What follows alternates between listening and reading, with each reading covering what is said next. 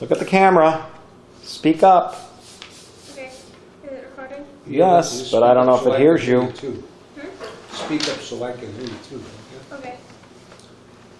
What are your thoughts on World War II? Well, Sarah, this is going to be a long answer. Because World War II became a very personal thing for me and my family. And so I remember in detail a great deal about it and how it started and where we were when Pearl Harbor happened. There were 5 boys and 2 girls in my family, and of the 5 boys, only the eldest was outside of draft age. The next eldest was my brother Abe, who had been drafted a year before Pearl Harbor. He was the first man in Cook County drafted to go into the Army. And there was nothing for them to do then, so after 10 months they sent him home. So he came home in October, I think it was. And one Sunday morning we were sitting around, we were either listening on the radio, listening to the Berz game or waiting for it to start when the announcement came over that Pearl Harbor had been bombed. So within a week, Abe got a telegram to report back into the Army. And then about 8 months later, my brother Al went into the Army. And then I was the youngest, and my brother Dave was the next youngest. He was 5 years my senior, and the 2 of us were the only 2 left at home with the boys. And I was 19 years old, and I just registered for the draft. And I convinced my parents to let me join the Air Corps, because the Air Corps had promised that if we enlisted, they'd let me finish the next semester of college, so I wouldn't have to go till June.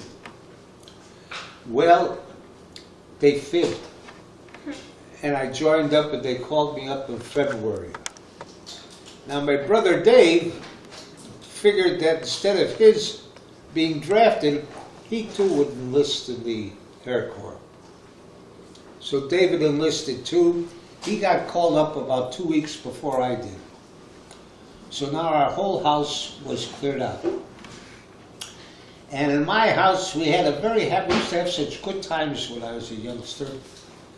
We'd dance and we'd play, David played the trumpet and we'd sing. And I was the show-off. I used to put on shows on Sunday afternoon.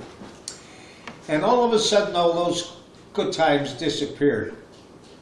And I went in the Army, into the Air Force, and I earned a commission and was commissioned as a navigator.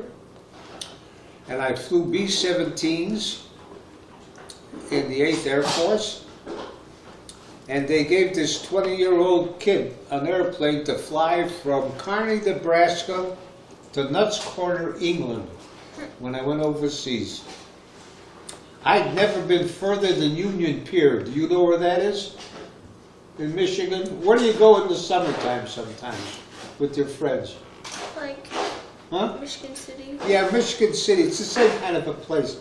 I'd never been further than that, and all of a sudden here I was navigating an airplane across the United States and the Atlantic Ocean, and we took it over, and I had a very fine crew, and we got assigned to the 398th Bombardment Group.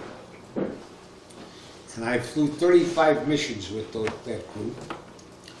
And the last 7 missions, we flew lead. In other words, we were the lead plane in the squadron. And then on one mission, I got to be the lead navigator for the whole group, which was 36 airplanes. And then all of a sudden, by some error in planning, our group ended up leading the whole wing. That made up 4 groups, and I was the lead navigator on that. And believe me, I was real scared because I didn't know if I knew what the heck I was doing. But in any event, that was my experience. And then I got to come home after my 35 missions.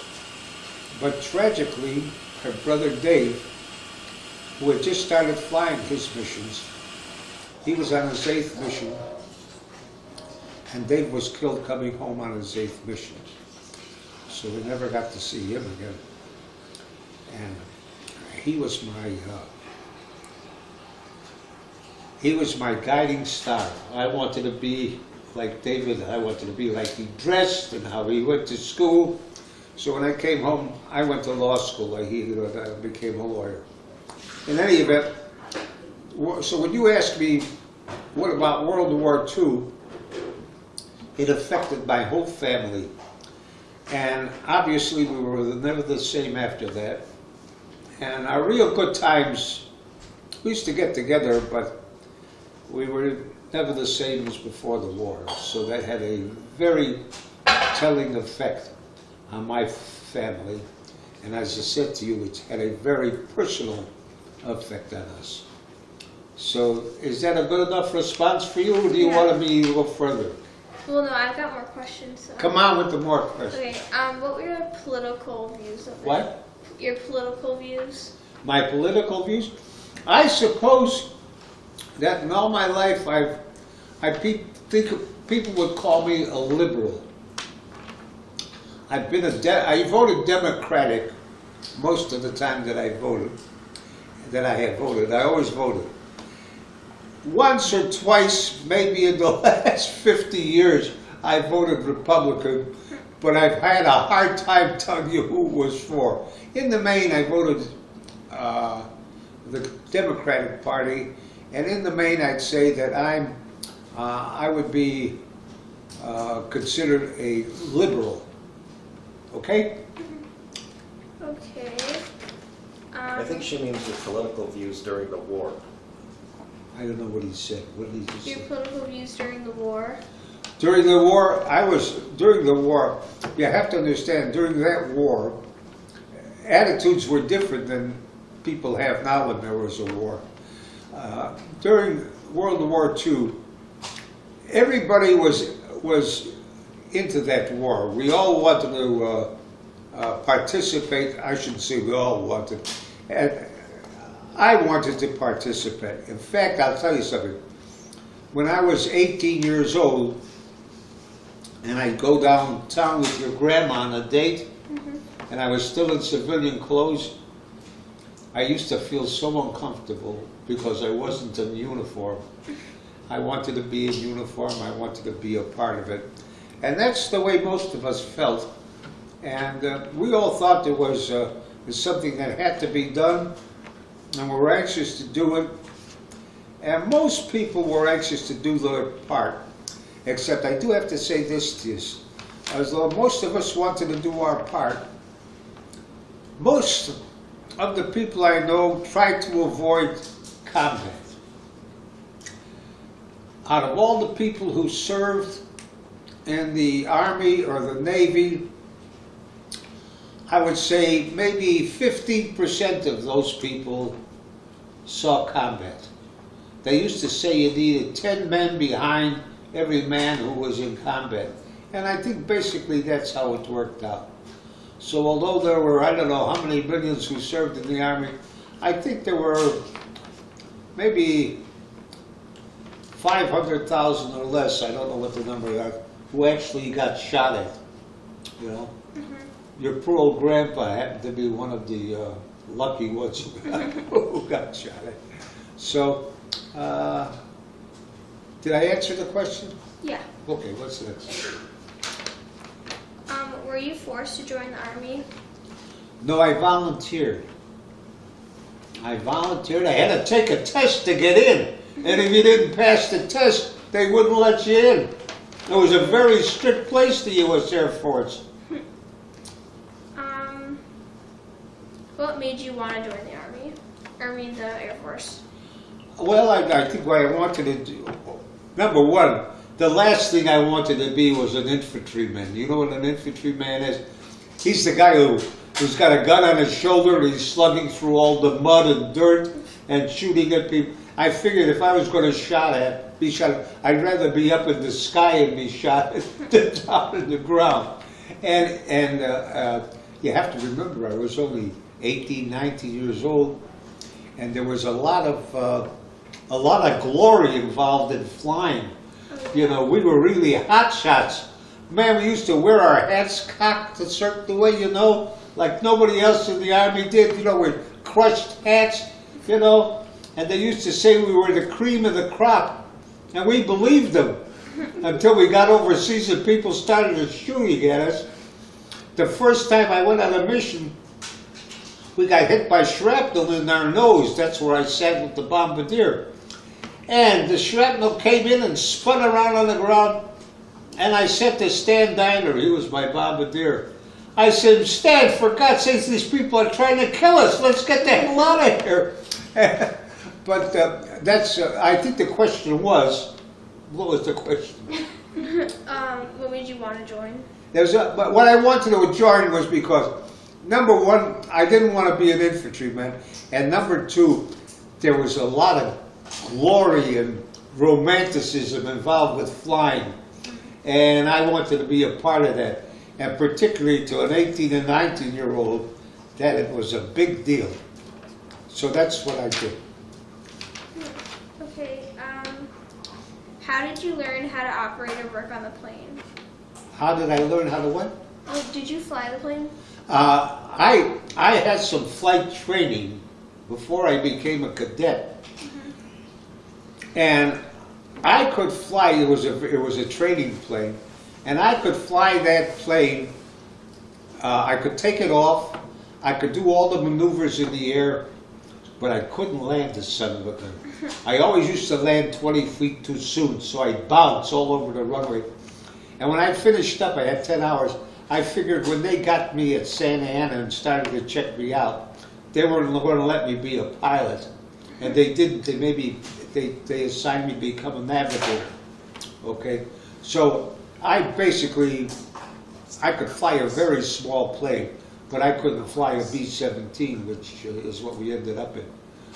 Okay? Could you fly like one of the commercial planes today? Could I? No. I absolutely couldn't. Everything is mechanical. They even did away with they have no more navigators. They have, well, you've got them in the car now. You have little electronic devices that show you where to go. Yeah. So my job has been taken over by the electronics. Okay. Wait, so do they not have navigators in the Air Force anymore? Well, I'm sure they do, but mainly it's with electrical. We used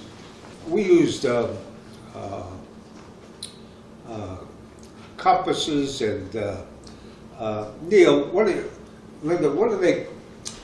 Slide rules that we used but they weren't slide. They were circular slide rules we used, and to figure out how fast we were going, where we were going, and we used to have terrible meteorology. You know, tell us how the weather was. Those guys were terrible. It was a very new science at that time, and half the time they didn't know the information we were getting was not good. But be that as it may, an answer to your question what was the question? It was, how did you learn how to operate or work on a plane? Well, I didn't learn how to operate the airplane that I was flying in. I learned to operate a much smaller aircraft, and I wasn't very good at that either. So, okay? All right. How did you get to be who chose to make you a navigator? Well, you went through a series of things.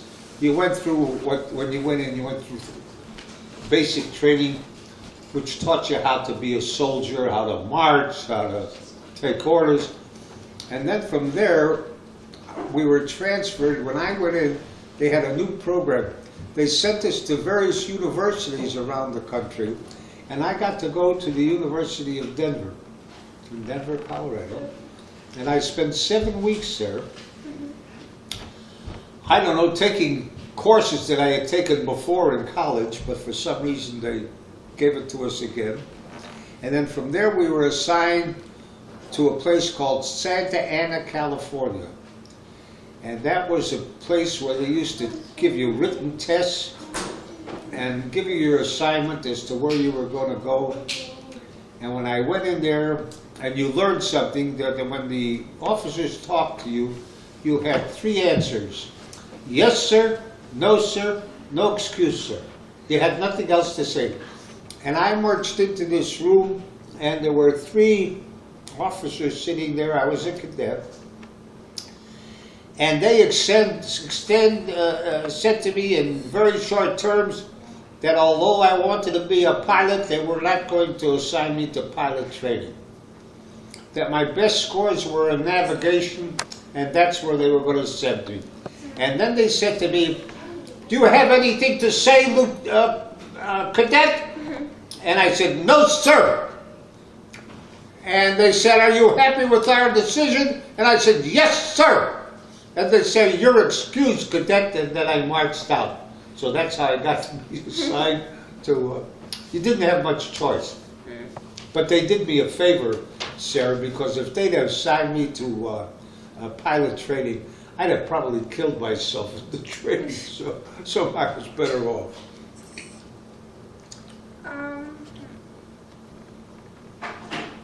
Wait, what plane did you fly? We flew in B-17s, that was a 4-engine bomber, and it was a wonderful aircraft, Sarah. That airplane could take all kinds of punishment.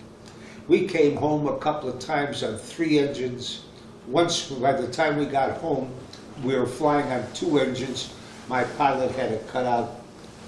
He cut the first engine out over Europe, and then when we got over the English Channel coming home, he had to cut off a second engine. So we came and we flew in on 2 engines, and we used to come back with holes in the fuselage and in the tail, and it always brought us home. It was a wonderful airplane.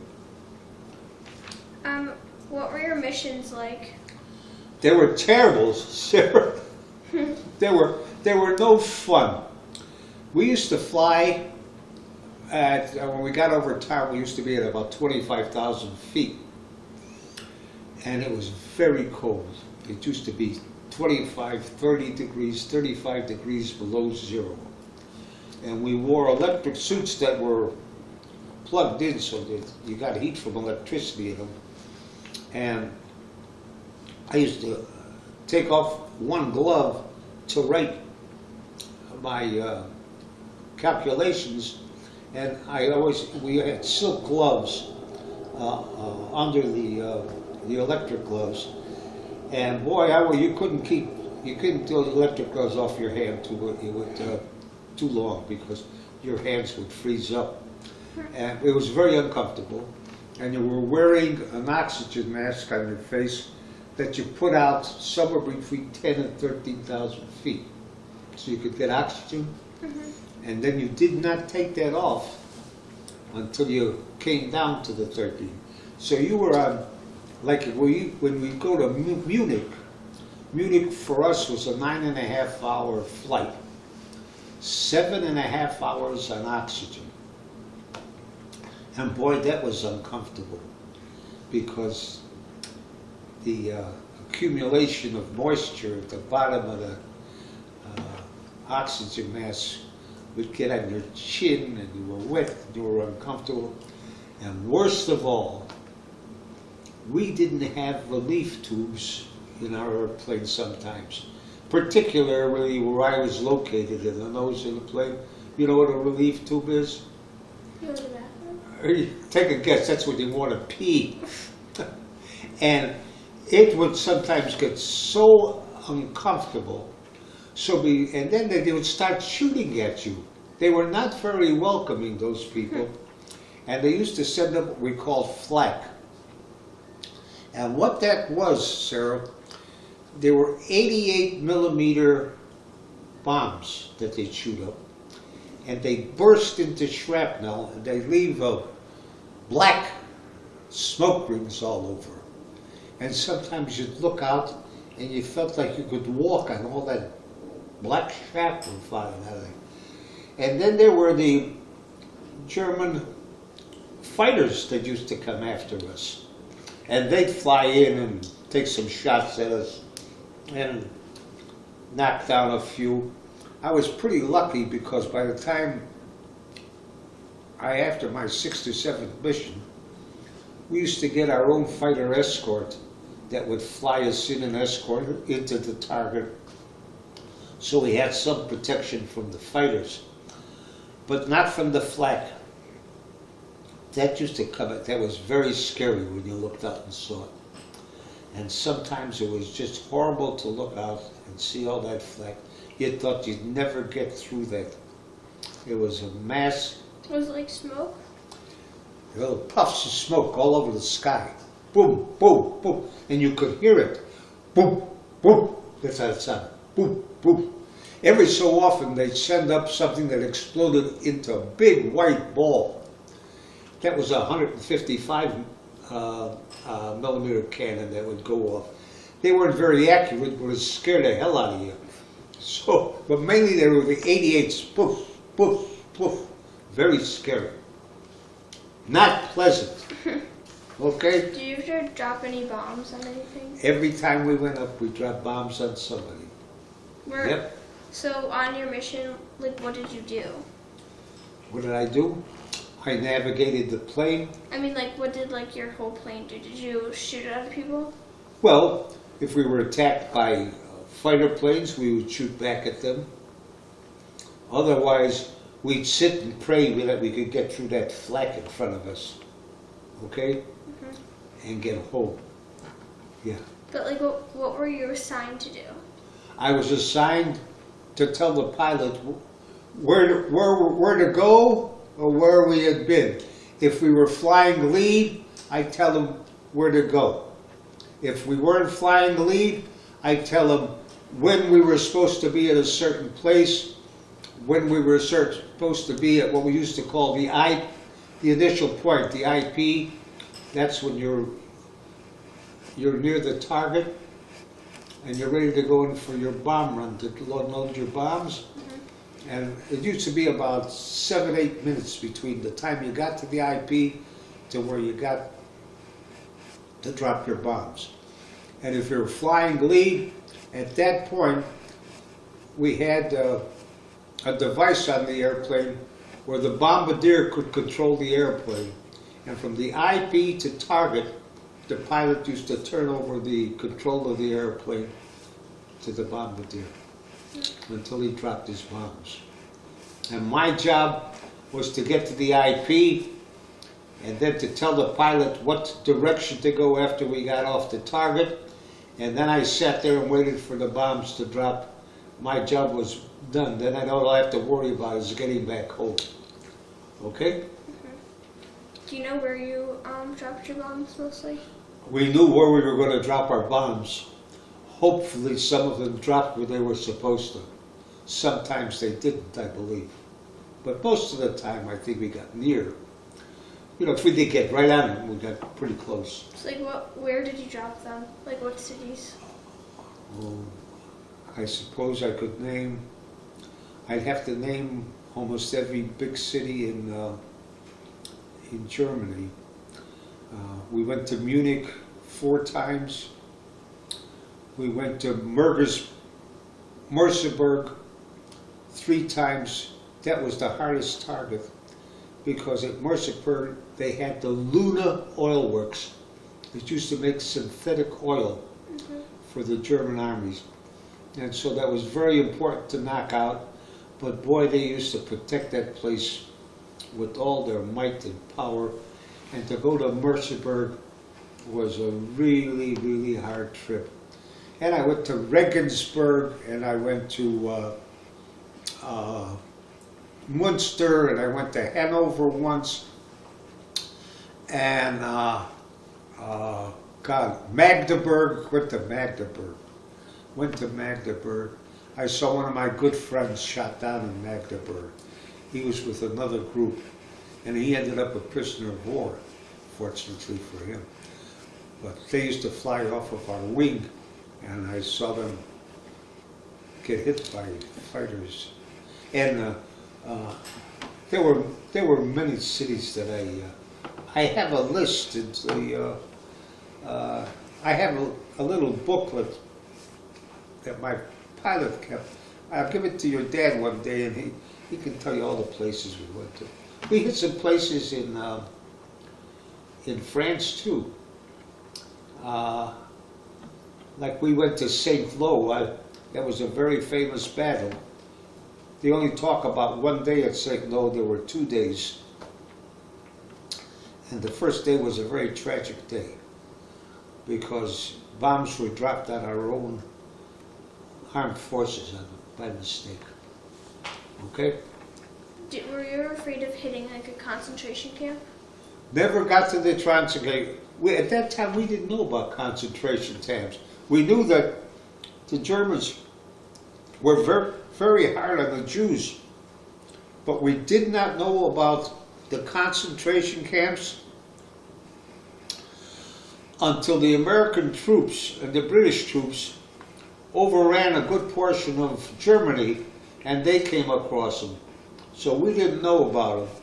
And most of them were in eastern Germany, or eastern Poland, I should say. And our aircraft, our bombers like the B-17, we couldn't fly all that distance and come back home. So it was not a place for our kind of bombing. No. The answer to your question is no. Mm-hmm. So did you not really know that like all like the stuff that was happening to the Jewish people? We didn't know. We knew that things were not good. We had no idea of how bad it was, that this was a systematic murder of all Jews, young, old, crippled, disabled, brilliant people, common people. We had no idea that that's what had been going on there, and we really didn't know until the American and British troops had overrun a good portion of Germany. We knew things were bad, but we had no idea that this was a systematic murder that they had set out to do. So did you know, like, because that was like a really big part of the war, so did you not know other big parts of the war? Like the main ideas, like why you were attacking them? Did we know why? Mm-hmm. Oh, well, we attacked them because they'd taken over all of Europe. They took over France and Italy. Italy became an ally of theirs. They took over Czechoslovakia. They took over Austria. They took over Poland, and then they tried to take over Russia. And that was a horrible. There were 20 million casualties in Russia because of this war. It was a horrible. It was a terrible, terrible war. Very, very hard on the people who lived there. And mainly the people here living in the United States, unless they had somebody who was overseas and in combat, I don't think they got the real effect of the tragedy of that war like the people in Europe and Russia and in Germany had. It was Sarah, remember this, I'm going to tell you this. The most obscene, you know what the word obscene means? I used to. Look it up. The most obscene activity that man has created is war.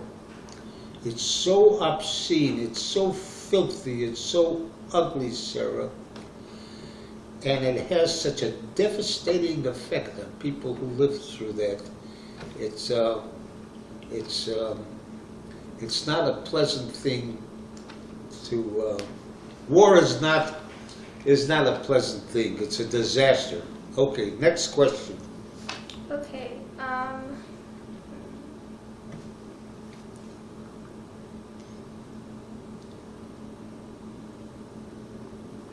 How did you eat, drink, and sleep when you're on the plane? You didn't sleep when you were on the plane, Sarah. Eat and drink. You didn't drink when you were on the plane. We didn't have stewardesses coming around to talk coffee. No, you were busy working when you were on that plane. Even flying overseas, I worked.